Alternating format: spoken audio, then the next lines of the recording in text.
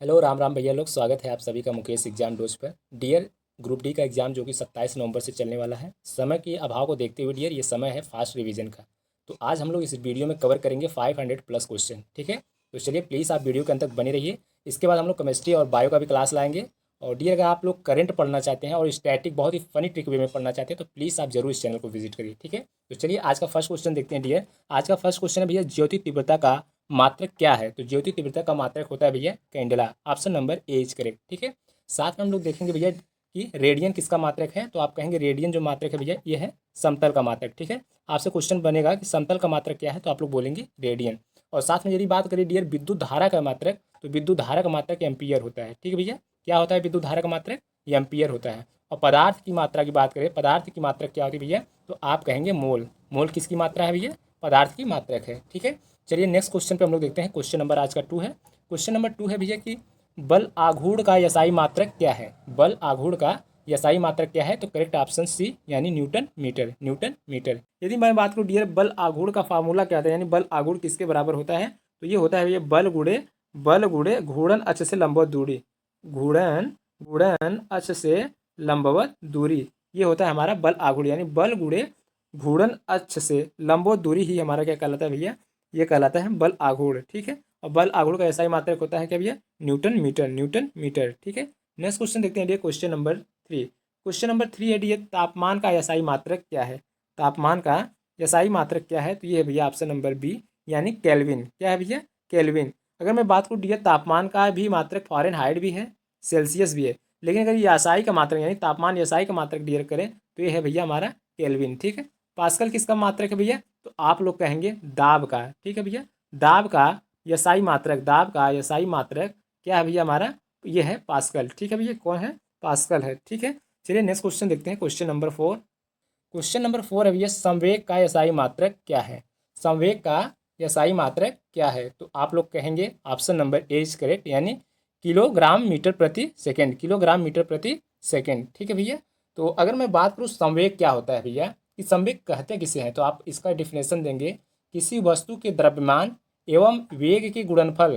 किसी वस्तु के द्रव्यमान एवं वेग का गुणनफल उस वस्तु का संवेग कहलाता है। ठीक भैया, और संवेग का जो सूत्र बनता है भैया कि संवेग को हम लोग को पी से दर्शाते हैं, और जिसका सूत्र होता है यानी संवेग बराबर होता है द्रव्यमान गुणे वेग। द्रव्यमान गुणे वेग, संवेग का सूत्र होता है भैया द्रव्यमान गुणे वेग। और संवेग एक सदिश राशि है। ठीक है भैया, संवेग क्या है?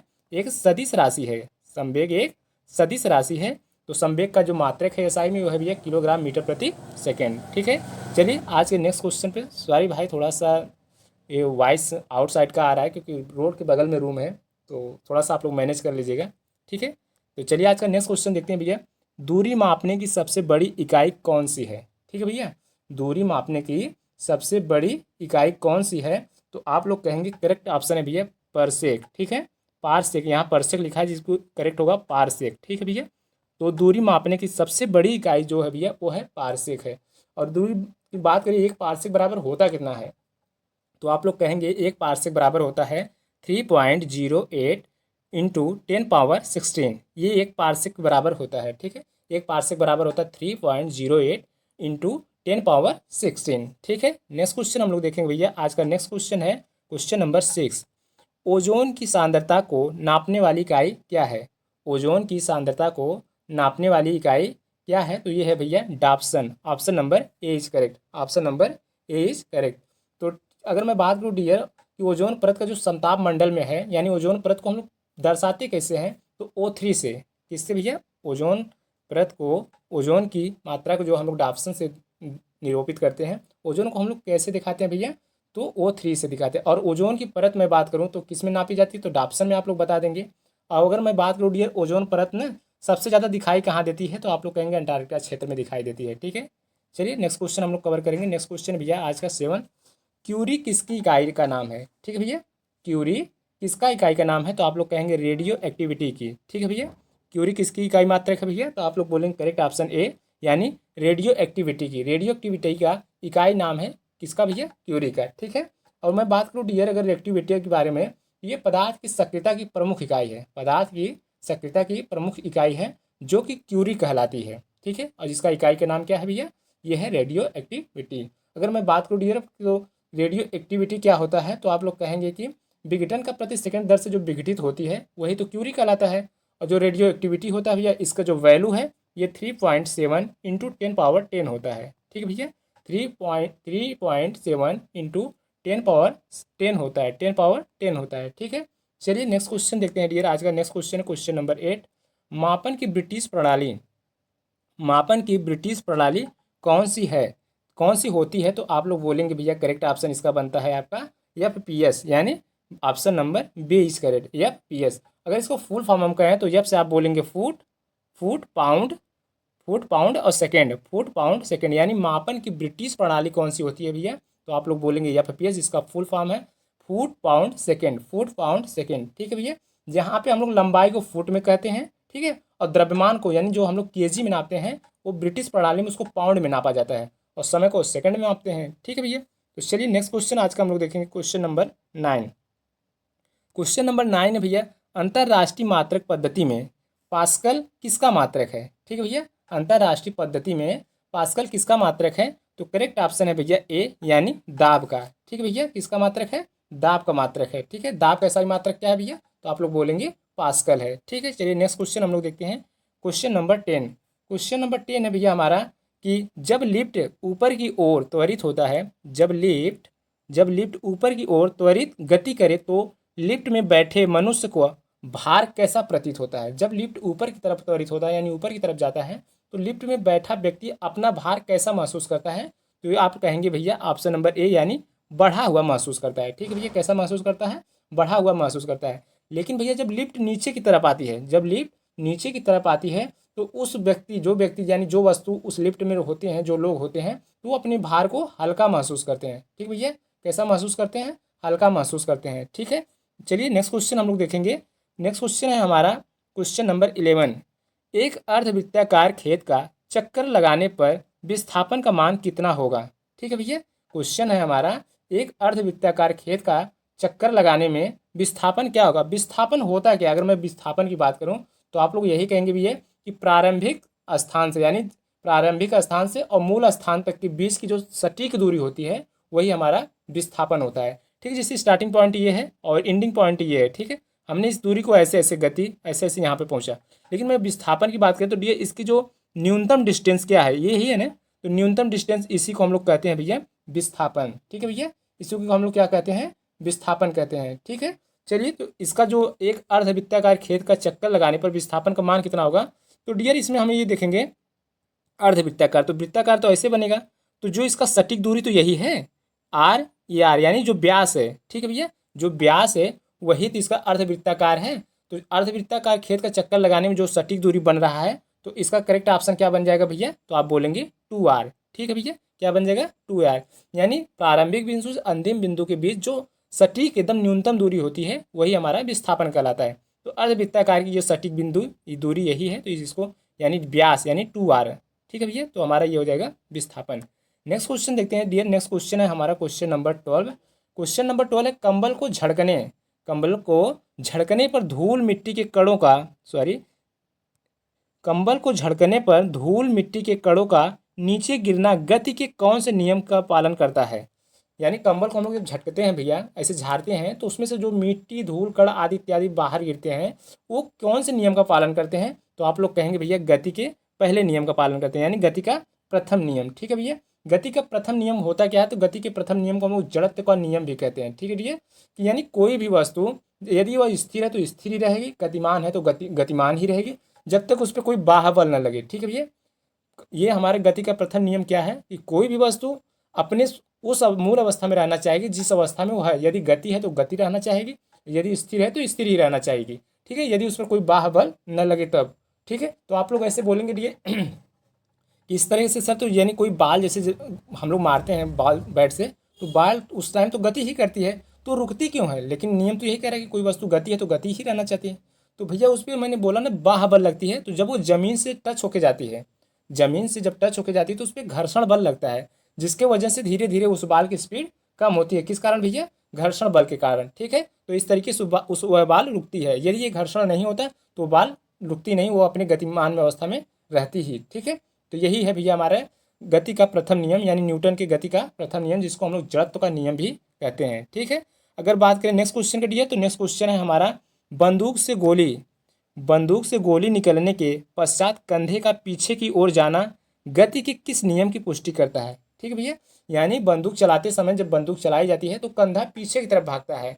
ठीक है, तो वो कौन से नियम की पुष्टि करता है भैया, तो ये क्रिया प्रतिक्रिया की, यानी जिस बल से वो बंदूक की गोली निकल रही जिस फोर्स से, उसी के अपोजिट आपके कंधे को धक्का दे रहा है, जिसकी वजह से आपका कंधा पीछे की तरफ जाता है। तो ये क्रिया कैसी है भैया, क्रिया प्रतिक्रिया का नियम, यानी न्यूटन के थर्ड लॉ का ये नियम है। ठीक है भैया, अगर मैं बात करूँ क्रिया प्रतिक्रिया का नियम होता क्या है, तो आप लोग यही कहेंगे कि जिस दिशा में कोई भी आप काम करते हैं, ठीक उसी विपरीत, उसी पावर यानी उसी फोर्स के साथ उस विपरीत में रिएक्शन करे, यही हमारा क्रिया प्रतिक्रिया का नियम है। ठीक है भैया, एग्जाम्पल में जैसे देखते हैं, नाविक पानी को पीछे की तरफ धकेलता है तब नाव आगे की तरफ धकेलता है। ठीक है, नाविक जो है कि पीछे की तरफ पानी को ढकेलता है अपने नाविक अपने पोत जो बोलते हैं, जिससे पानी को पीछे की तरफ किया जाता है, जैसे नाव खेई जाती है, तो जब वो जितना जोर लगाता है पीछे करने के लिए, नाव उतनी ही स्पीड में आगे की तरफ बढ़ती है। ठीक है भैया, यहाँ भी क्रिया के प्रतिक्रिया का नियम है, जितना बल से पीछे लगाएगा फोर्स नाविक, उतनी ही नाव आगे बढ़ेगी। नेक्स्ट क्वेश्चन है भैया, जैसे रॉकेट देखते हैं, जब रॉकेट को लॉन्च करते हैं तो बहुत सारा धुआं फेंकता है, तो वो क्या करता है, पृथ्वी पर दबाव बनाता है, और पृथ्वी पर जितना दबाव बनाएगा भैया और रॉकेट उतना ही ऊपर भागेगा। ठीक है, और नेक्स्ट है भैया, जैसे कोई भी बंदूक की गोली निकलने के पश्चात कंधे के पीछे को होना, तो वही है कि बंदूक गोली एक वेग में निकलती है, एक फोर्स के साथ निकलती है, जिसके अपोजिट भी वो आपको क्या करती है, धक्का देती है। ठीक भैया, तो कौन सा नियम लागू करता है गोली निकलने पर, ये क्रिया प्रतिक्रिया का नियम लागू होता है। ठीक है, नेक्स्ट क्वेश्चन देखेंगे डियर, क्रिकेट के खेल में कैच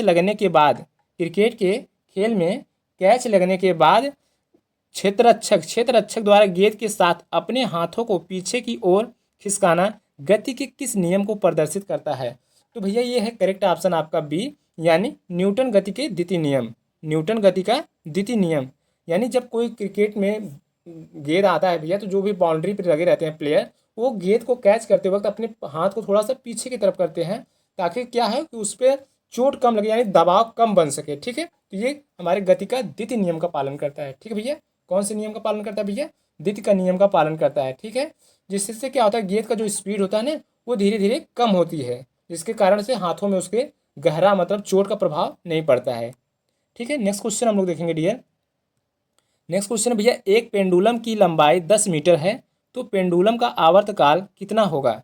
ठीक है भैया, एक पेंडुलम की लंबाई 10 मीटर है, तो उसका आवर्तकाल कितना होगा, तो उसका आवर्तकाल यानी आवर्तकाल का मैं बात करूँ डियर, तो इसका जो फार्मूला होता है T=2 पाई करड़ी में L/G, जहाँ पे L क्या है भैया, आपकी तिर्यक लंबाई है। ठीक है, और G क्या है, ग्रेविटेशनल फोर्स है, और यहाँ पे 2 पाई तो आप देख रहे हैं इसको फार्मूला में है, तो इसको हम लोग फार्मूला पे रख देंगे डियर, तो T बराबर हो जाएगा 2 पाई। ठीक है, और यहाँ पे जो है ग्रेविटी फोर्स है वो 10 है आपका। ठीक है, और पेंडुलम की लंबाई भी कितना है भैया, 10 है, तो 10/10 से कट के हो जाएगा 1, तो एक किसी का भी अंडर रूट रहेगा तो बाहर एक ही निकलेगा, और एक बाहर निकलेगा तो 2 पाई में मल्टीप्लाई करेगा, तो इसका जो आंसर बनेगा भैया वो करेक्ट ऑप्शन बनेगा ए, यानी 2 पाई सेकेंड। ठीक है, नेक्स्ट क्वेश्चन हम लोग देखेंगे डियर, क्वेश्चन नंबर 16 है भैया कि लोक घड़ियाँ, लोलक नहीं है, ये है लोलक। ठीक है भैया, लोलक घड़ियाँ गर्मियों में सुस्त हो जाती हैं, इसका मुख्य कारण क्या है। तो भैया लोलक घड़ियाँ गर्मियों में सुस्त पड़ जाती हैं, जिसका मुख्य कारण है कि लोलक की लंबाई बढ़ जाती है। गर्मी में लोलक की जो लंबाई होती है भैया वह बढ़ जाती है, जिसके कारण उसकी जो सुइयाँ होती है गर्मियों में घड़ियों की, वो क्या हो जाती है भैया, सुस्त हो जाती हैं। ठीक है, नेक्स्ट हम लोग देखेंगे क्वेश्चन नंबर 17 है भैया हमारा, न्यूटन के गति का प्रथम नियम किससे संबंधित है। ठीक है भैया, तो न्यूटन के गति का नियम हम लोग अभी जस्ट पढ़े कि जड़त्व का नियम भी उसे कहते हैं, यानी कोई वस्तु स्थिर है तो स्थिर ही रहेगी, कोई वस्तु गतिमान है तो गतिमान ही रहेगी। ठीक है भैया, अगर मैं बात करूँ भैया जड़त्व के बारे में सर्वप्रथम गैलीलियो ने बताया था। ठीक है, किसने बताया था जड़त्व के बारे में सर्वप्रथम, तो आप कहेंगे भैया गैलीलियो ने बताया था। ठीक है, गैलीलियो ने बताया था, जिसको हम लोग न्यूटन का प्रथम नियम भी कहते हैं। ठीक है, नेक्स्ट क्वेश्चन हम लोग देखेंगे डियर, क्वेश्चन नंबर 18 है भैया, इलेक्ट्रॉन नाभिक के चारों तरफ किस प्रकार की गति करते हैं। इलेक्ट्रॉन नाभिक के चारों तरफ किस प्रकार की गति करते हैं, तो आप यही कहेंगे भैया कि वृत्ताकार गति करते हैं। ठीक है, इलेक्ट्रॉन नाभिक के चारों तरफ कैसी गति करते हैं भैया, तो ये करते हैं वृत्ताकार गति करते हैं। ठीक है भैया, कैसी गति करते हैं? वृत्ताकार गति। वृत्ताकार गति के अंदर और जैसे एग्जाम्पल की मैं बात करूँ डियर, तो जैसे आप लोग कहेंगे कि पृथ्वी की सूर्य के चारों तरफ की जो परिक्रमा करती है, जो गति करती है, ये भी हमारा एक वृत्ताकार गति कहलाती है। ठीक है, जैसे ग्रहों के चारों तरफ उपग्रह उसकी परिक्रमा करते हैं। ठीक है, जैसे घड़ी की सुई चारों तरफ गति करती है, ये सभी क्या है भैया? एक वृत्ताकार गति के अंतर्गत आते हैं। ठीक है, नेक्स्ट क्वेश्चन देखेंगे dear, question number 19। Question number 19 है भैया कि सरल आवर्त गति करते पेंडुलम के माध्य अवस्था पर वेग का मान होता है। यानी सरल आवर्त गति करते समय पेंडुलम की जो माध्य अवस्था पर वेग का मान होता है वो क्या होता है भैया? तो आप लोग कहेंगे कि इसका जो मान होता है भैया अधिकतम होता है। ठीक है, उसका मान, वेग का मान कितना होता है भैया? ये होता है अधिकतम। ठीक है भैया, यानी सरल आवर्त गति करते समय पेंडुलम का माध्य अवस्था पर वेग का क्या होता है भैया? अधिकतम होता है। तथा जो इसका आयाम होता है वेग, अगर मैं आयाम की बात करूँ डियर, तो आयाम पर वेग क्या होता है? न्यूनतम होता है। ठीक है, क्या होता है भैया? माध्य अवस्था पर वेग अधिकतम होता है, लेकिन आयाम पर यह वेग न्यूनतम होता है। ठीक है, नेक्स्ट क्वेश्चन देखेंगे डियर। नेक्स्ट क्वेश्चन है हमारा क्वेश्चन नंबर 20 कि आवेग का सूत्र है, आवेग का सूत्र है, तो करेक्ट ऑप्शन है भैया बल गुणे समय अंतराल। बल गुणे समय अंतराल। आवेग होता क्या है भैया? तो यदि कोई बल किसी वस्तु पर कम समय तक कार्यरत रहे, यदि कोई बल किसी वस्तु पर कम समय तक कार्यरत रहे, तो वह बल और समय के बीच का जो अंतराल है उसी के गुणनफल को हम लोग आवेग कहते हैं। ठीक है, आवेग को हम लोग, अगर आवेग की फार्मूला की बात करें कि आवेग का सूत्र क्या है भैया, तो आप लोग कहेंगे आवेग बराबर होता है बल गुणे समय अंतराल। बल गुणे समय अंतराल। ठीक है भैया, आवेग का फार्मूला क्या है भैया? बल गुणे समय अंतराल। ठीक है, नेक्स्ट क्वेश्चन हम देखेंगे क्वेश्चन नंबर 21। क्वेश्चन नंबर 21 है भैया, एक न्यूटन कितने डाइन के बराबर होता है? एक न्यूटन कितने कितने डाइन के बराबर होता है? तो आप बोलेंगे 10 पावर 5। 10 पावर 5। करेक्ट ऑप्शन क्या हो जाएगा भैया? ए, 10 पावर 5। ठीक है, एक न्यूटन बराबर क्या होता है? 10 पावर 5। 10 power 5 dyne. एक न्यूटन बराबर होता है 10 पावर 5 डाइन। नेक्स्ट क्वेश्चन देखते हैं dear, question number 22। Washing machine किस सिद्धांत पर कार्य करती है? ठीक है भैया, वॉशिंग मशीन किस सिद्धांत पर कार्य करती है? तो आप लोग कहेंगे भैया ये अपकेंद्री बल के सिद्धांत पर काम करती है। ठीक है भैया, वॉशिंग मशीन जो होती है अपकेंद्री बल के सिद्धांत पर कार्य करती है। अब आप कहेंगे अपकेंद्री बल क्या होता है, तो इसको भी हम लोग जान लेते हैं कि वृत्ताकार पथ पर, यानी वृत्ताकार पथ पर गति करते हुए किसी भी वस्तु का केंद्र से बाहर की ओर लगने वाला बल। ठीक है, जैसे वो वृत्ताकार ही गति करेगा, लेकिन केंद्र से बाहर की तरफ जो बल लगेगा भैया, केंद्र से बाहर की तरफ लगने वाला बल ही अपकेंद्री बल कहलाता है। जैसे एक और एग्जाम्पल के तौर पे हम देखते हैं कि जैसे घर में जब मम्मी दादी लोग दूध दही माठा बैठाती है, तो जब माठा मारती हैं तो मथनी का काम देखिए क्या होता है? मथनी जो, वो तो वृत्ताकार ही वर्क करती है, लेकिन उसमें जो होता है फोर्स बाहर की तरफ लगता है। यानी जो मट्ठा मारा जाता है, जो क्रीम निकाला जाता है, मस्का निकाला जाता है, वो फोर्स की तरफ बाहर की तरफ लगता है, यानी माठा बाहर की तरफ फेंकता है। तो बल किसकी तरफ लग रहा है भैया? बाहर की ओर लग रहा है। यानी कहाँ से?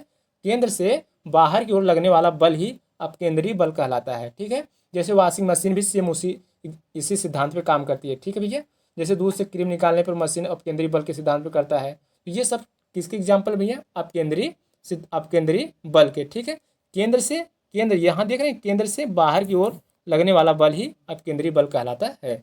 नेक्स्ट क्वेश्चन हम लोग देखेंगे dear, question number 23। Question number 23 है भैया, बाल को गति का कौन सा नियम परिभाषित करता है? ठीक है भैया, बाल को गति का कौन सा नियम परिभाषित करता है? तो आप लोग कहेंगे गति का दूसरा नियम। कौन सा नियम भैया? गति का दूसरा नियम। न्यूटन गति का अगर दूसरा नियम में बात करूँ जो बाल को प्रभावित करता है भैया, ये गति के द्वितीय नियम के अनुसार जो संवेग में परिवर्तन होता है ना, उसी पर आरोपित बल के बराबर होता है। ठीक है भैया, उसी पे बल के बराबर होता है। ठीक है, नेक्स्ट क्वेश्चन हम लोग देखेंगे क्वेश्चन नंबर 24।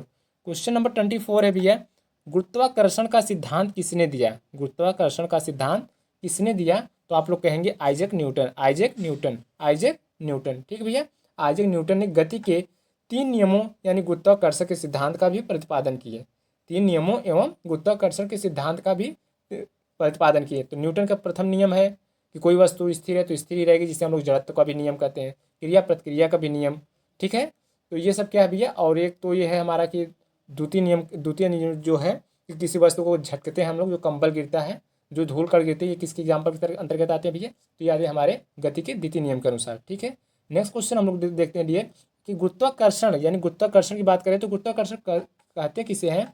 तो कणों के बीच कार्य करने वाले पारस्परिक आकर्षण यानी कणों के बीच पारस्परिक कार्य करने का जो आकर्षण होता है भैया उसी को हम लोग गुरुत्वाकर्षण कहते हैं। यानी जो भी उससे बल उत्पन्न होता है उसके आकर्षण के बीच उसी को हम लोग कहते हैं गुरुत्वाकर्षण बल कहते हैं। ठीक है भैया, नेक्स्ट क्वेश्चन हम लोग देखते हैं क्वेश्चन नंबर 25। क्वेश्चन भैया, किसी वस्तु का द्रव्यमान 5 किलो है तो वस्तु का भार क्या होगा? ठीक है भैया, तो इसका भार क्या होगा? तो इसका एक फार्मूला होता है कि जो फार्मूला होता है भार बराबर mg। ठीक है, तो भार क्या होता है भैया? जिसको हम लोग वेट यानी किसी वस्तु का द्रव्यमान अगर 5 किलो है तो वस्तु का भार क्या यानी वेट पूछ रहा है, वेट क्या होगा? ठीक है, तो द्रव्यमान यानी जिसको हम लोग यम से प्रदर्शित करते हैं। तो अगर हम लोग फार्मूला देखें तो वेट भार बराबर होता है mg यानी जहाँ द्रव्यमान गुणे ग्रेविटेशनल फोर्स हम लोग देखते हैं यानी गुरुत्वाकर्षण बल वहाँ पे क्या है। ठीक है भैया, तो हम लोग देखेंगे गुरुत्वाकर्षण जी बराबर जैसे होता है 9.8 तो इसको लगभग हम लोग 10 मान लेते हैं। ठीक है, क्या मान लेते हैं भैया? 10 मान लेते हैं कि जी का मान क्या हो जाएगा? गुरुत्वाकर्षण का यहाँ पे 10 हो जाएगा। तो डब्लू बराबर mg, तो डब्लू का यहाँ जो mg यानी द्रव्यमान का मान है भैया वो है 5 kg। ठीक है, और यहाँ पे जी का मान कितना है? 10 है। तो क्या हो जाएगा? भार बराबर हमारा 50। भार बराबर क्या हो जाएगा भैया? 50 न्यूटन। ठीक है भैया, तो इस तरीके से हमने देख लिया किसी वस्तु का द्रव्यमान 5 किलो है तो वस्तु का भार यानी डब्लू बराबर mg होता है। यम का मान 5 किलो और जी का मान जो गुरुत्वाकर्षण का मान है जो 9.8 होता है लगभग 10 के बराबर, तो उसको मल्टीप्लाई करेंगे तो 50 न्यूटन हो जाएगा। ठीक है, नेक्स्ट क्वेश्चन हम लोग देखेंगे क्वेश्चन नंबर 26। क्वेश्चन नंबर 26 है भैया कि निम्नलिखित में से कौन सा असंपर्क बल नहीं है? ठीक है, कौन सा बल असंपर्क बल नहीं है? तो ये है भैया आपका घर्षण बल आपका असंपर्क बल नहीं है। असंपर्क बल का मतलब जो भैया किसी से टच में नहीं है। ठीक है, जबकि घर्षण में क्या होता है ये एक दूसरे के टच से होते हैं। ठीक है, जैसे कोई वाल अगर आप मारते हैं तो जमीन के टच से जाता है ना, टच से होते जाता है तो वहाँ पे आपका घर्षण हो रहा है तो वो घर्षण बल के। लेकिन जो गुरुत्वाकर्षण भी ये किसी के टच में नहीं है, इसका ऊपरी सतह किसी के संपर्क में नहीं आता है तो ये क्या है? असंपर्क बल है। ठीक है, इसी तरीके चुंबक एक दूसरे को अपनी तरफ आकर्षित करता है या प्रतिकर्षित करता है तो वो एक दूसरे को टच नहीं करते हैं। ठीक है, वो टच नहीं करते तो वहाँ भी जो बल लगता है भैया वो असंपर्क बल लगता है। ठीक है, चलिए नेक्स्ट हम लोग देखते हैं भैया ये स्थिर वैद्युत बल भी सेम उसी एग्जाम्पल पे काम करता है। ये भी जो है सतही संपर्क नहीं बनाते हैं, वैसे ही अपने दूर से ही एक दूसरे के अपने तरफ आकर्षित करते हैं, उसी बल को हम लोग असंपर्क बल कहते हैं। चलिए नेक्स्ट क्वेश्चन देखते हैं डियर क्वेश्चन नंबर 27। 9.8 न्यूटन वजन वाले एक निकाय पर 9.8 मीटर पर सेकेंड स्क्वायर के त्वरण का उत्पन्न करने के लिए कितना बल आवश्यक है? ये बाल लिखा है यहाँ पे, हम लोग इसको बल बना लेंगे। ठीक है भैया, क्या बनाएंगे? बल। तो ये बल कितना बल आवश्यक है? तो आप जानते हैं ये बल यानी यफ बराबर होता है यम में। ठीक है, तो इसके लिए हमको क्या चाहिए? यहाँ पे ए का मान तो दिया है 9.8 त्वरण ये मीटर पर सेकेंड स्क्वायर, हाँ, लेकिन यम का मान हमको ज्ञात करना पड़ेगा और यम का मान हम लोग याद करेंगे डियर इससे यानी भार बराबर mg यानी डब्लू वेट बराबर mg।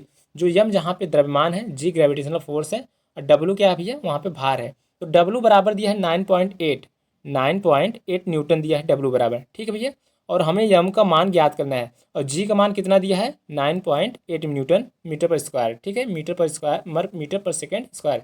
अब यहाँ पे यम गुणे 9.8 मीटर पर सेकेंड स्क्वायर है तो यम अगर हम भैया इसको इधर कर देंगे तो यहाँ पे आके भागे हो जाएगा। ठीक है, उधर मल्टीप्लाई में इधर आके भाग में हो जाएगा जिससे ये कट के हो जाएगा क्या? 1। तो यहाँ पे द्रव्यमान यानी द्रव्यमान बराबर क्या हो जाएगा भैया? 1 किलोग्राम। ठीक है, द्रव्यमान बराबर हो जाएगा भैया 1 किलोग्राम। और हम लोग जानते हैं यहाँ पे फोर्स पूछ रहा है बल कितना लगेगा, तो बल बराबर होता है कितना? यम में, और यम का मान आ गया भैया 1। ठीक है, और एफ बराबर यम में ए कितना है? तो आप कहेंगे न्यूटन पर मीटर पर सेकंड स्क्वायर जो है मीटर पर सेकंड यानी एक्सीलरेशन त्वरण का जो मान है 9.8 है। तो आप लोग उसी में एक में 9.8 से गुणा कर देंगे तो हमारा 9.8 आ जाएगा। ठीक है भैया, 9.8 आ जाएगा, क्या हमारा आ जाएगा? 9.8 न्यूटन यानी option number B is correct. Next question हम लोग देखते हैं डियर, क्वेश्चन नंबर हमारा है क्वेश्चन नंबर 28। क्वेश्चन नंबर 28 है पृथ्वी का पलायन वेग का मान कितना होता है? पृथ्वी का पलायन वेग का मान कितना होता है? तो आप लोग कहेंगे भैया करेक्ट ऑप्शन सी यानी 11.2 किलोमीटर प्रति सेकेंड। ठीक है भैया, सॉरी, पृथ्वी की पलायन वेग कितना होती है? 11.2 किलोमीटर प्रति सेकेंड। अब प्लान वेग होता क्या भैया, तो आप लोग कहेंगे प्लान वेग यानी वह न्यूनतम वेग जिससे कोई भी वस्तु फेंका जाए, वह वेग जिससे कोई भी वस्तु फेंका जाए जो गुरुत्वाकर्षण क्षेत्र के बाहर हो जाए। जैसे ये पृथ्वी है, ठीक है, यहाँ पे आप हैं, तो इसका जो ग्रेविटेशनल फोर्स है आप जानते हैं 9.8 मीटर है, मीटर पर सेकंड स्क्वायर है। लेकिन भैया अगर मैं बताऊँ कोई भी वस्तु आप इतना न्यूनतम भार इतना तेज़ी से फेंके कि यह इस क्षेत्र से बाहर आ जाए, इस क्षेत्र से बाहर आ जाए यानी पृथ्वी से बाहर चला जाए, जो वापस नहीं आ पाए, ठीक है भैया, जो वापस गुरुत्वाकर्षण कारण वापस नहीं आ पाए, उसी वेग को हम लोग क्या कहते हैं, प्लायन वेग कहते हैं, ठीक है भैया। यानी वह न्यूनतम वेग जिससे फेंका गया कोई भी पिंड पृथ्वी के गुरुत्वाकर्षण क्षेत्र से बाहर चला जाए तथा पुनः वापस लौटकर न आए, पुनः वापस लौटकर पृथ्वी पर न आए, ऐसे वेग को हम लोग प्लायन वेग कहते हैं, ठीक है भैया। क्या कहते हैं, प्लायन वेग कहते हैं। जो प्लायन वेग का फार्मूला होता है VES, इसके इक्वल टू होता है भैया √2GR, कैपिटल R होता है जहाँ पे, ठीक है। और जहाँ जी स्मॉल जी है भैया, ये तो है आपका गुरुत्वीकरण, ठीक है, गुरुत्वीकरण। और जो R है कैपिटल R, ये यहाँ पे आपका क्या है, त्रिज्या, ठीक है भैया, ठीक है, क्या है, त्रिज्या है, ठीक है। और यहाँ पे हम लोग देखेंगे, और जो V से हम लोग इसको कैसे प्लायन वेग को दर्शाते हैं, ठीक है, PES से। नेक्स्ट हम लोग क्वेश्चन पे देखेंगे dear, question number 29। Question number 29 dear, एक कूली 120 न्यूटन भार के एक बक्से को 2 मीटर की ऊंचाई तक उठाता है, उसके द्वारा किया गया कार्य कितना है, ठीक है भैया। अगर इसके द्वारा किया गया कार्य मैं पूछूं तो जो फार्मूला बनता है भैया, भार यानी W बराबर वेट बराबर क्या होता है, mg होता है। तो ये कह रहा है एक कूली 120 न्यूटन भार उठाया, यानी यहाँ W का मान जो दिया है भैया, क्या दिया है, 120 न्यूटन, 120 न्यूटन उठाया। और लेकिन कितनी ऊंचाई कितना दिया है, 2 मीटर ऊंचाई दिया है आपका, 2 मीटर दिया है, ठीक है भैया। तो W बराबर एक फार्मूला होता है कार्य, यानी यहाँ पे जो W उसके द्वारा किया गया कार्य, ठीक है, W बराबर वर्क होता है ना। तो एक कूली 120 न्यूटन भार का, तो W बराबर एक mg फार्मूला होता है कि भार बराबर द्रव्यमान गुणे गुरुत्वीय त्वरण। लेकिन यहाँ पे एक फार्मूला और होता है W बराबर mgh, क्या होता है भैया, mgh, जहाँ m क्या है आपका द्रव्यमान है, g गुरुत्वीय त्वरण है, h वहाँ पे हाइट है। तो आप यहाँ पे देख रहे हैं, तो W आपको पूछ रहा है किया गया कार्य कितना है, तो किया गया कार्य पूछ रहा है भैया, तो W बराबर कर देंगे। तो यहाँ पे m का मान कितना है, तो आप कहेंगे भैया m का मान तो इसमें दिया है 120, ठीक है। mg का मान कितना है भैया, यानी mg टोटल है ना, तो W बराबर mg होता है। तो W का मान कितना दिया है, 120, तो mg का मान कितना दिया भैया, 120 गुणे 2, हाइट कितना दिया है, 2 मीटर, ठीक है। तो हो जाएगा W बराबर यहाँ पे जो वर्क है, किया गया कार्य क्या हो जाएगा, 120 गुणे 2 यानी 240 जूल, ठीक है भैया। करेक्ट ऑप्शन हो जाएगा 240 जूल। W बराबर होता है mg, जहाँ W का मान दिया है कितना भैया, 120, यानी mg का मान दिया है, W बराबर mg, तो W का मान 120 न्यूटन है, तो यानी mg का मान 120 है। तो भैया यहाँ पे mg का मान रख देंगे, और हाइट 2 रखा है, तो 120 गुणे 2 यानी 240। नेक्स्ट क्वेश्चन देखेंगे, क्वेश्चन नंबर 30। क्वेश्चन नंबर 30 है भैया, यदि किया गया कार्य शून्य है तो बल और विस्थापन के बीच का कोण कितना होता है, ठीक है भैया। यदि किया गया कार्य शून्य है तो बल और विस्थापन के बीच के कोण कितना होंगे, तो आप लोग कहेंगे भैया कि आपका 90 डिग्री होंगे, ठीक है, 90 डिग्री होंगे। यदि किया गया कार्य शून्य है तो बल और विस्थापन के बीच का कोण कितना बनेगा डी, 90 डिग्री बनेगा, ठीक है। और कार्य बराबर होता है भैया, कार्य बराबर क्या होता है, बल गुणे बल की दिशा में विस्थापन, जिसको हम लोग क्या कहते हैं, कार्य कहते हैं, ठीक है। नेक्स्ट क्वेश्चन देखेंगे, क्वेश्चन नंबर 31। क्वेश्चन नंबर 31 है भैया कि वृत्ताकार पथ में किए गए कार्य का मान कितना होता है, किए गए कार्य का मान कितना होता है। तो आप लोग कहेंगे कि मान क्या होता है, तो आप लोग कहेंगे भैया शून्य होता है, ठीक है। क्या होता है भैया, शून्य होता है। जब बल तथा विस्थापन की दिशा समान हो, जब बल तथा विस्थापन जिस दिशा में आप बल लगा रहे हैं, विस्थापन भी अगर उसी दिशा में हो यानी समान दिशा हो, तो कार्य हमेशा धनात्मक होता है, ठीक है। लेकिन जब बल तथा विस्थापन की दिशा अलग अलग हो तो कार्य ऋणात्मक होता है, कि आप विस्थापन इस दिशा में हो रहा है और बल आप इस दिशा में लगा रहे हैं, तो ये क्या हो जाएगा भैया, ऋणात्मक मान निकालेंगे, ठीक है।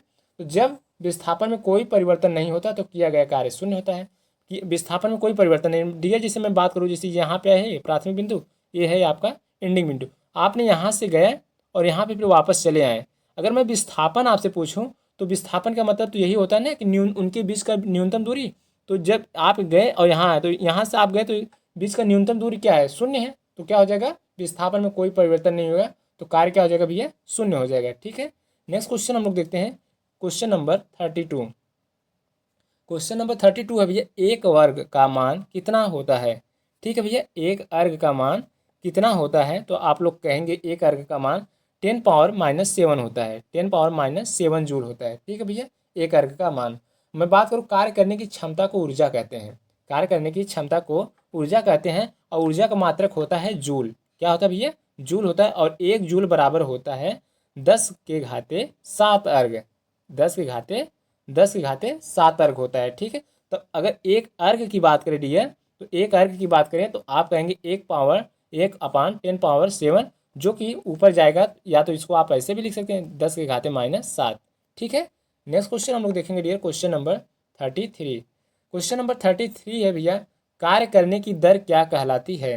कार्य करने की दर क्या कहलाती है, तो आप कहेंगे भैया शक्ति कहलाती है, यानी करेक्ट ऑप्शन सी। कार्य करने की दर क्या कहलाती है भैया, शक्ति कहलाती है। ठीक है, तो अगर मैं कहूँ कि कार्य होता क्या भैया, तो किसी भी निकाय या किसी वस्तु या किसी व्यक्ति के द्वारा एकांक समय में, किसमें भैया, एक निश्चित समय यानी एकांक समय में किया गया कार्य, उससे शक्ति या सामर्थ्य को, यानी किया गया कार्य कहिए, या उसका जो सामर्थ्य है, जो जिस सामर्थ्य से वो किया है, उस सामर्थ्य को उस कार्य की शक्ति कहते हैं। क्या कहते हैं भैया, उस कार्य की शक्ति या पावर कहते हैं। इसका मात्रक जूल होता है। ठीक है, शक्ति यानी कार्य का मात्रक क्या होता है भैया, जूल होता है। अगर मैं बात करूँ डियर, तो कार्य जो यह एक सदिश राशि है। ठीक है, यह क्या है भैया, एक सदिश राशि है। अगर तो मैं बात करूँ डियर, अगर कि शक्ति बराबर जो फार्मूला होता है, यानी पावर बराबर, तो शक्ति बराबर होता है कार्य अपान समय, यानी शक्ति बराबर होता है भैया कार्य बटे समय। तो कोई भी कार्य आप कितने समय में कर ले रहे हैं, वही आपकी शक्ति को दर्शाता है। ठीक है, कोई भी कार्य आप कितने समय में कर रहे हैं, वही आपकी शक्ति सामर्थ्य कहलाती है। ठीक है, तो कार्य करने की दर को हम लोग क्या कहते हैं भैया, शक्ति कहते हैं। नेक्स्ट क्वेश्चन है, आइंस्टीन ने ऊर्जा एवं द्रव्यमान को किस समीकरण के माध्यम से बताया है। तो आइंस्टीन ने ऊर्जा एवं द्रव्यमान को किस समीकरण के माध्यम से बताया है, तो करेक्ट ऑप्शन है भैया आपका ए, यानी E=mc²। Correct option A is correct. ठीक है भैया, क्या है, E=mc², यानी प्रत्येक वस्तु में उसके द्रव्यमान के कारण पाई जाने वाली जो ऊर्जा होती है भैया ना, उसे हम लोग द्रव्यमान ऊर्जा कहते हैं। क्या कहते हैं भैया, उसे हम लोग क्या कहते हैं, द्रव्यमान ऊर्जा कहते हैं। और आइंस्टीन ने यही बताया है कि ऊर्जा द्रव्यमान में जो संबंध है इनके बीच का, यो है E=mc², जहाँ पे यम क्या है, वस्तु का द्रव्यमान है। ठीक है, और सी क्या है भैया, निर्वात में प्रकाश का वेग है। अगर मैं बात करूँ प्रकाश का वेग कितना होता है, तो आप कहेंगे 3.10⁸ मीटर पर सेकेंड, 10⁸ मीटर पर सेकेंड। ठीक है भैया, चलिए नेक्स्ट क्वेश्चन हम लोग देखते हैं डियर। नेक्स्ट क्वेश्चन है हमारा क्वेश्चन नंबर 35। क्वेश्चन नंबर 35 है भैया, गतिज ऊर्जा का व्यंजक, गतिज ऊर्जा का व्यंजक सूत्र होता है। तो आप लोग कहेंगे गतिज ऊर्जा का जो व्यंजक सूत्र होता है, वो होता है भैया ऑप्शन नंबर बी, यानी 1/2mv², 1/2mv²। ठीक है, तो अगर मैं बात करूँ डियर कि गतिज ऊर्जा जो होता है, गतिज ऊर्जा 1/2mv² होता है, तो यहाँ पे यम क्या है, आपका द्रव्यमान है। ठीक है, यम क्या है भैया, यहाँ पे आपका द्रव्यमान है। ठीक है, नेक्स्ट हम लोग देखते हैं भैया, नेक्स्ट क्वेश्चन है हमारा क्वेश्चन नंबर 36। ये क्वेश्चन नंबर 36 है, पवन ऊर्जा में ऊर्जा के किस रूप का विद्युत ऊर्जा में परिवर्तन होता है। ठीक है, तो यदि मैं कहूँ पवन ऊर्जा में ऊर्जा के किस रूप का विद्युत ऊर्जा में परिवर्तन होता है, तो आप लोग कहेंगे भैया गतिज ऊर्जा में। ठीक है, आप लोग देखते हैं पवन ऊर्जा जो फैन होता है, ऐसे चलता है गोल गोल, ठीक है, ऐसे पत्ती लगा रहता है उसमें, तो ये पवन के द्वारा एक गति करता है। ये जो गति करता है, इसके द्वारा जो प्राप्त होता ऊर्जा होता है भैया, उसे ही हम लोग क्या कहते हैं, गतिज ऊर्जा कहते हैं। ठीक है, गतिज ऊर्जा को हम लोग के काइनेटिक एनर्जी के नाम से जानते हैं, इंग्लिश में के ई से दर्शाते हैं। जो गतिज ऊर्जा बराबर होता है 1/2mv², 1/2mv²। ठीक है भैया, जहाँ पे v आपका वेग होता है, ठीक है, और यम क्या होता है भैया, आपका वस्तु का द्रव्यमान होता है। ठीक है, नेक्स्ट क्वेश्चन देखते हैं dear, question number 37। Question number 37 है भैया, एक अश्व शक्ति बराबर होती है, एक अश्व शक्ति बराबर होता है 746 वाट, 746 वाट होता है एक अश्व शक्ति बराबर। ठीक है, अगर मैं बात करूँ डियर 1 किलो वाट बराबर कितना होता है, 1 किलो वाट, 1 किलो वाट घंटा, 1 किलो वाट घंटा बराबर कितना होता है, तो आप लोग कहेंगे 3.6 गुणे 10 पावर 6 जूल होता है। ठीक भैया, 1 किलोवाट घंटा बराबर होता है 3.6 इंटू 10 पावर 6 जूल होता है। और एक अश्व शक्ति बराबर होता है 746 वाट। क्या होता है भैया? 746 वाट। और मैं बात करूँ डियर 1 मेगावाट बराबर कितना होता है? 1 मेगावाट बराबर तो आप कहेंगे भैया 10 घाते 6 वाट होता है। 10 घाते 6 वाट होता है। ठीक है, नेक्स्ट क्वेश्चन है डियर, नेक्स्ट क्वेश्चन है हमारा, यांत्रिक ऊर्जा को ध्वनि ऊर्जा में बदलने की वाली युक्ति क्या होती है? यांत्रिक ऊर्जा को ध्वनि ऊर्जा में बदलने वाली युक्ति है तो आप लोग कहेंगे क्या है भैया? तो आप लोग कहेंगे सितार। ठीक है, सितार क्या है? यांत्रिक ऊर्जा है। ठीक है, एक यंत्र से निकलता है और उसको हम लोग क्या कहते हैं? यंत्र से निकल के किस ऊर्जा में चेंज होता है भैया? तो आप कहेंगे ध्वनि ऊर्जा में चेंज हो जाती है। ठीक है, और डायनेमो की बात करें डियर, डायनेमो तो यह एक यांत्रिक ऊर्जा को विद्युत ऊर्जा में चेंज करती है। ठीक है भैया, यानी यांत्रिक ऊर्जा को किस में चेंज करती है भैया? विद्युत ऊर्जा में चेंज करती है। और विद्युत बल्ब की बात करें डियर, विद्युत बल्ब किस में चेंज करता है? तो आप लोग कहेंगे विद्युत ऊर्जा को प्रकाश ऊर्जा में चेंज करती है। ठीक है भैया, प्रकाश कहिए या उष्मा कहिए, तो प्रकाश ऊर्जा या उष्मा ऊर्जा में चेंज करता है। और डियर माइक्रोफोन की बात करें कि माइक्रोफोन, तो आप लोग कहेंगे भैया माइक्रोफोन विद्युत ऊर्जा को चेंज करता है किसमें? ध्वनि ऊर्जा में। माइक्रोफोन किस में चेंज करता है भैया? विद्युत ऊर्जा को ध्वनि ऊर्जा में चेंज करता है। और सितार किस में चेंज करता है? तो यांत्रिक ऊर्जा को ध्वनि ऊर्जा में। यानी यांत्रिक ऊर्जा को ध्वनि ऊर्जा में कौन करता है भैया? सितार करता है। नेक्स्ट क्वेश्चन हम लोग देखते हैं, question number 39। Dear question number 39 है, 1 कैलोरी में कितने जूल होते हैं? ये जूल लिखा है, यहाँ पे जूल हो जाएगा, जूल। ठीक है भैया, जूल। तो 1 कैलोरी में कितने जूल होते हैं? तो इसको हम लोग बताएंगे, कहेंगे भैया 4.28। सॉरी, आप मोबाइल भी डिस्चार्ज होने वाली है। तो भैया 1 कैलोरी में कितने जूल होते हैं? तो आप लोग कहेंगे 4.2 जूल होते हैं। कितने भैया? 4.2 जूल होते हैं, यानी option number B is correct. ठीक है, तो अगर मैं बात करूँ डी कि 1 जूल बराबर कितने कैलोरी होते हैं, तो 1 जूल बराबर आप बोल देंगे 1 जूल बराबर 1/4.2 कैलोरी होता है। 1 जूल बराबर 1/4.2 कैलोरी होता है। ठीक है, नेक्स्ट क्वेश्चन हम लोग देखते हैं, क्वेश्चन नंबर 40। क्वेश्चन नंबर 40 है भैया कि भूमध्य रेखा से गर्म हवाओं का ऊपर उठना उष्मा संरक्षण की किस विधि से संबंधित है? यानी भूमध्य रेखा से गर्म हवाओं का ऊपर उठना उष्मा संरक्षण की किस विधि से संबंधित है? तो आप लोग कहेंगे संवहन विधि से। ठीक है भैया, किस विधि से? संवहन विधि से। संवहन विधि में डियर पदार्थ के अणु स्रोत या उष्मा ग्रहण करते हैं, यानी स्वयं की गति करके निकटवर्ती अणुओं को भी स्थानांतरित कर देते हैं, जिसको हम लोग संवहन गति कहते हैं। ठीक है डियर, यानी क्या कहते हैं भैया कि इस विधि में जो भी अणु गर्म स्थान से हटकर ठंडे स्थान की तरफ आकर्षित होते हैं, ऐसे विधि को हम लोग क्या कहते हैं? कि संवहन वेग कहते हैं, संवहन गति कहते हैं। ठीक है, चलिए नेक्स्ट क्वेश्चन हम लोग देखते हैं डियर। नेक्स्ट क्वेश्चन है हमारा भैया क्वेश्चन नंबर 41। क्वेश्चन नंबर 41 है, वह निकाय जिसमें केवल ऊर्जा का आदान प्रदान हो लेकिन द्रव्य का नहीं, यानी कोई भी ऐसा ऊर्जा का आदान प्रदान हो, निकाय जिसमें केवल ऊर्जा का आदान प्रदान हो लेकिन द्रव्य का आदान प्रदान न हो, तो ऐसे को हम लोग क्या कहते हैं भैया? तो ऐसे निकाय को हम लोग बंद निकाय कहते हैं। ठीक है, ऐसे निकाय को हम लोग क्या कहते हैं भैया? बंद निकाय कहते हैं। बंद निकाय यानी बंद निकाय में ऊर्जा का आदान प्रदान होता है लेकिन द्रव्य का नहीं होता है। क्या भैया? ऊर्जा का आदान प्रदान तो होता है, ऊर्जा का आदान प्रदान तो होता है लेकिन द्रव्य का नहीं होता है। ठीक है, लेकिन खुला निकाय में बात करें डियर, खुला निकाय में, तो खुले निकाय में ऊर्जा तथा द्रव्यमान दोनों का क्या होता है? आदान प्रदान। खुला निकाय में ऊर्जा तथा द्रव्य दोनों का क्या होता है भैया? आदान प्रदान होता है। ठीक है, नेक्स्ट क्वेश्चन देखते हैं dear, question number 42। Question number 42 है भैया, मानव शरीर का फ़ारेनहाइट में तापमान कितना होता है? तो ये आप कहेंगे 9.6 फ़ारेनहाइट, 9.6 फ़ारेनहाइट होता है। ठीक है डियर, अगर मैं बात करूँ डियर मानव शरीर का तापमान कितना होता है, तो आप लोग कहेंगे 37 डिग्री सेल्सियस होता है, 37 डिग्री सेल्सियस होता है। ठीक है भैया, कितना होता है? 33 डिग्री सेल्सियस। अगर मैं केल्विन में बात करूँ डियर, तो मानव शरीर का जो तापमान केल्विन में बात करूँ डियर, तो 310 डिग्री केल्विन होता है, 310 डिग्री केल्विन होता है। ठीक है भैया, और फ़ारेनहाइट में 9.6 फ़ारेनहाइट होता है। ठीक है भैया, इसमें होता है भैया 9.6 फ़ारेनहाइट होता है। नेक्स्ट क्वेश्चन हम देखते हैं, क्वेश्चन नंबर 43। क्वेश्चन नंबर 43 है डियर, उष्मा के स्थानांतरण की दर किस विधि में अधिकतम होगी? उष्मा का स्थानांतरण की दर किस विधि में सबसे अधिकतम होगी? तो आप लोग कहेंगे विकिरण विधि में। किस विधि में भैया? विकिरण विधि में। ठीक है, विकिरण विधि में डियर उष्मा के संचरण हेतु माध्यम की आवश्यकता नहीं होती है। ठीक है, जैसे सूर्य का प्रकाश एवं उष्मा का विकिरण विधि द्वारा ही होता है। सूर्य का जो प्रकाश भैया जो उसका उष्मा होता है वो चारों तरफ होता है, तो उसके लिए किसी माध्यम की जरूरत नहीं होती है, तो इसको हम लोग कहते हैं विकिरण विधि। ठीक है, नेक्स्ट क्वेश्चन देखते हैं dear, question number 44।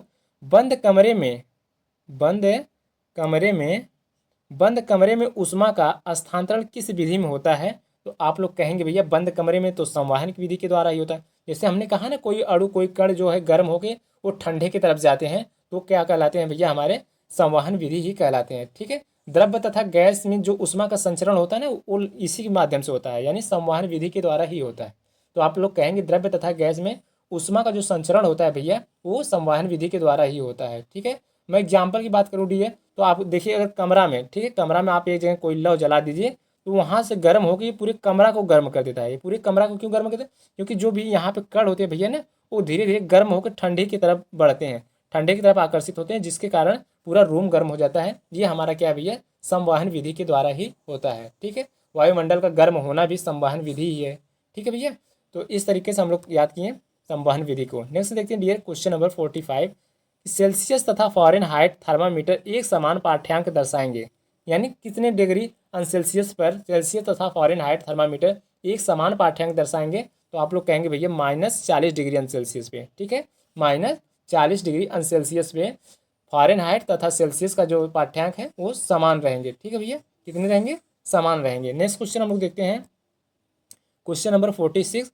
Question number 46 है भैया, सूर्य में ऊर्जा का उत्पादन निम्नलिखित में से कौन सी क्रिया के फलस्वरूप होता है? तो आप लोग कहेंगे भैया करेक्ट ऑप्शन इसका बनेगा हाइड्रोजन का संलयन। यानी सूर्य में ऊर्जा का उत्पादन कौन सी प्रक्रिया के फलस्वरूप होता है भैया? तो हाइड्रोजन का संलयन। ठीक है भैया, जब दो भी, जैसे हम लोग अगर हाइड्रोजन संलयन की बात करो किसे कहते हैं डियर, तो आप कहेंगे जब दो हल्के नाभिक आपस में जुड़कर भारी नाभिक का निर्माण करते हैं। जब ये दोनों नाभिक, छोटे छोटे नाभिक जुड़कर एक बड़े नाभिक का निर्माण करते हैं, तो उसी नाभिक को हम लोग कहते हैं भैया नाभिकीय संलयन। उसी को हम लोग क्या कहते हैं भैया? नाभिकीय संलयन कहते हैं। ठीक है, तो सूर्य में ऊर्जा का उत्पादन हाइड्रोजन के नाभिकीय संलयन के कारण ही होता है। ठीक है भैया, और आप लोग देखते हैं जो हाइड्रोजन बम होता है वो भी इसी नाभिकीय संलयन पर ही आधारित होता है। ठीक है, नेक्स्ट क्वेश्चन देखते हैं डियर, क्वेश्चन नंबर 47। हम लोग फटाफट कवर कर लेते हैं, अदरवाइज मोबाइल पर चाहे जब भी ऑफ हो सकती है, क्योंकि 2% ही चार्ज है। ठीक है, नेक्स्ट क्वेश्चन है 25 डिग्री सेल्सियस केल्विन पैमाने में बदलिए। 25 डिग्री सेल्सियस को केल्विन पैमाने में बदलिए, यानी डी कितने भी डिग्री सेल्सियस की बात करें, अगर हमको जब केल्विन में बदलने की बात करें तो हम लोग डायरेक्ट उसमें 273 ऐड कर देते हैं। ठीक है, 273 ऐड कर देंगे तो वह सेल्सियस हमारा केल्विन पैमाने में बदल जाएगा। तो 25 को हम लोग 73 में ऐड करेंगे तो कितना हो जाएगा? 5 3 8 7 2 9, 293। तो 293 सॉरी 5 3 8 8 हो जाएगा ना, 5 3 8 यानी 298। तो करेक्ट ऑप्शन हो जाएगा भैया 298 केल्विन। ठीक है, 298 केल्विन। ठीक है, तो यानी किसी भी डिग्री सेल्सियस को हमको अगर केल्विन में चेंज करना है तो हम लोग प्लस 273 ऐड कर देंगे। ठीक है, नेक्स्ट क्वेश्चन देखेंगे डियर।